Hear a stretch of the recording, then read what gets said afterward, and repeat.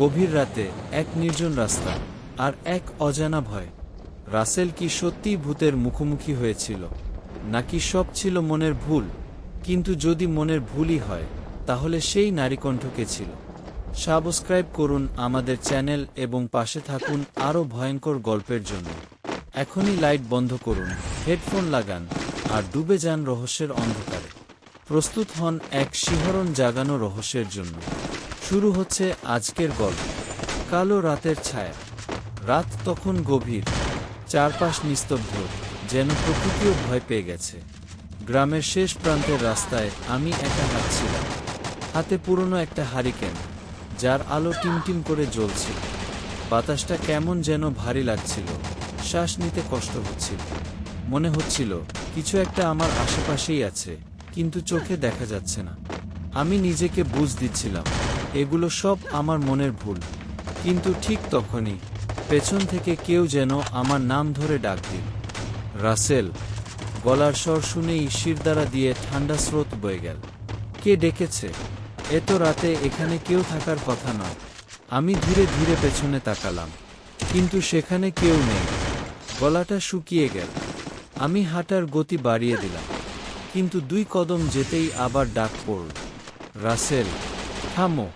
এবার আওয়াজটা একেবারে পায়ের কাছ থেকে আসল, যেন মাটির নিচ থেকে কেউ কথা বলছে।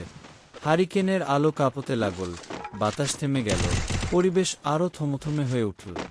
আমি আর দেরি না করে দৌড় লাগালাম, কিন্তু কিছুক্ষণ পর বুঝতে পারলাম আমি ভুল পথে চলে এসেছি।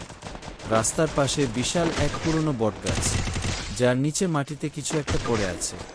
আমি আলতো করে হারিকেনের আলো ফেললাম। একটা ছেঁড়া লাল শাড়ি। আমার মাথার ভেতর ঝড় বয়ে গেল। এটা তো আমাদের পাশের বাড়ির রহিমের বউয়ের শাড়ি, কিন্তু সে এখানে কেন? আমি আরেকটু এগিয়ে গেলাম, আর তখনই দেখতে পেলাম বটগাছের নিচে মাটির ভেতর একটা গর্ত, অর্ধেক ঢাকা, যেন কেউ কিছু চাপা দিতে চেয়েছে কিন্তু সম্পূর্ণ পারেনি। আর ঠিক তখনই সেই গর্তের ভেতর থেকে ফিসফিস করে ভেসে এল এক নারীকণ্ঠ, আমাকে কেউ খুঁজছে। আমি আতঙ্কে পেছনে সরে গেলাম, কিন্তু তখনই দেখলাম মাটির নিচ থেকে একটা কালো ছায়া ধীরে ধীরে উঠছে। মানুষের মতো আকৃতি, কিন্তু মুখ নেই। আমি দৌড়াতে চাইলাম, কিন্তু পা যেন জমে গেছে। সেই ছায়া ধীরে ধীরে আমার দিকে এগিয়ে আসছে আর ফিসফিস করে বলছে, তুমি আমাকে দেখতে পাও? পরদিন সকালে গ্রামবাসীরা আমাকে রাস্তার পাশে অজ্ঞান অবস্থায় পায়।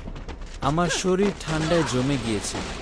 কেউ একজন চিৎকার করে বলল, বটগাছের নিচে লাশ পাওয়া গেছে।